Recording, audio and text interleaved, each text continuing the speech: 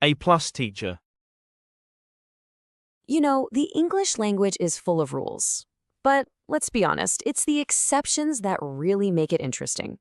Today, we're going to tackle the biggest rule breakers of them all, irregular verbs. Have you ever stopped to think about this? Seriously, why do we say I went, but I could just sounds completely wrong? It's a question that trips up pretty much everyone, even native speakers. It feels totally random, right? Well, stick with me because, as we're about to find out, there's actually a lot more logic here than you might think. And boom, this right here gets to the heart of it. Look at the left side, a regular verb like walk. So simple, so predictable. You just slap an ed on the end. Easy. But then, you look at the right. Go just completely changes its mind, becoming went and then gone. This is the mystery we're going to crack today.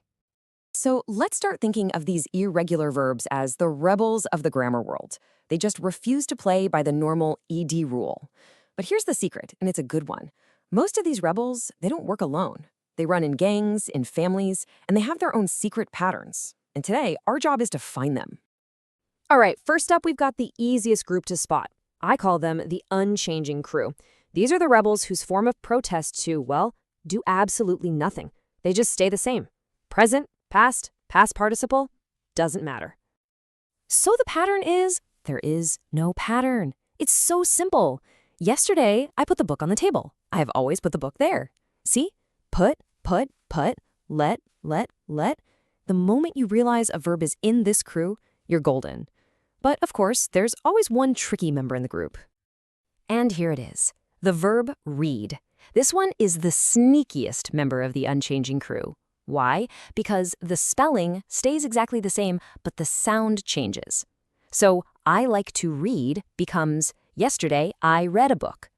That is such a classic English language quirk, isn't it? Okay, so we've covered the verbs that don't change at all. Now let's get into the ones that change from the inside out. Let me introduce you to the vowel swappers. These guys don't bother with adding an ending. Instead, they just transform their vowel sound to show a change in time. And this is probably the most famous pattern of them all. Just look at that beautiful progression. The vowel sound goes from I to a to sing, sang, sung, drink, drank, drunk, swim, swam, swum. It's so satisfying. And once you see this pattern, you really can't unsee it. It connects this whole family of verbs together in your mind. Okay, here's another little group of vowel swappers, but they have a different trick up their sleeve. We can call this the A-B-A pattern. So the verb changes for the past simple, run, becomes ran, but then for the past participle, it snaps right back to where it started. I have run a marathon. It's like it goes on a little trip and then comes right back home. All right, let's meet our next family of rebels. This group is all about its unique ending. You know, they sound a little old-fashioned, but they are so incredibly common. I'm talking about the ought and ought family. And just look at this chart. It reveals their shared DNA, basically. Notice how the whole middle of the word gets reworked to create that very specific ought or ought sound. Bring becomes brought. Teach becomes taught. Think becomes thought. Once you learn one, it gives you a massive clue for all the others. They really do move as a pack. Okay, now we've arrived at the final group. And if the other verbs were running in gangs with their secret patterns, these guys are the lone wolves, the true individuals. They undergo a total transformation, and honestly, these are the ones you really just have to memorize. And what's crazy is that these are some of the most common verbs we use every single day, and they follow no pattern but their own. Fun fact, the word went has zero historical connection to the word go. It was actually stolen from a totally different verb ages ago. So the main takeaway here is you just gotta respect their weirdness and commit them to memory. Oh, and here's a quick little detour into geography for a second, all about the verb get. In British English, you'll almost always hear the past participle as got. For instance, I have got a new car. But in American English, it's super common to hear gotten. I have gotten a new car.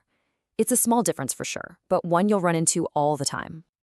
So, okay, we've looked at all these rebels, these crews, these different families. What's the big secret here? How do you actually stop making mistakes and finally get a handle on these verbs?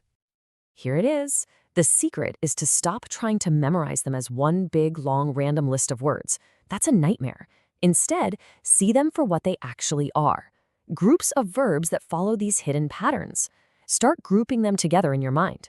You've got the unchanging crew, the vowel swappers, the ought family, and then, yeah, you've got those few lone wolves. When you do that, it's not a chore anymore. It's a strategy. So, I want to leave you with this question to think about. Now that you can see the patterns, the logic hiding behind all the chaos, which group of these rebel verbs actually makes the most sense to you now? Which one just clicked? Because thinking about the why behind it, that's the best way to make it all stick. And that's our deep dive into irregular verbs. Just so you know, all the examples we talked about today were drawn from the fantastic list of common irregular verbs compiled by Perfect English Grammar.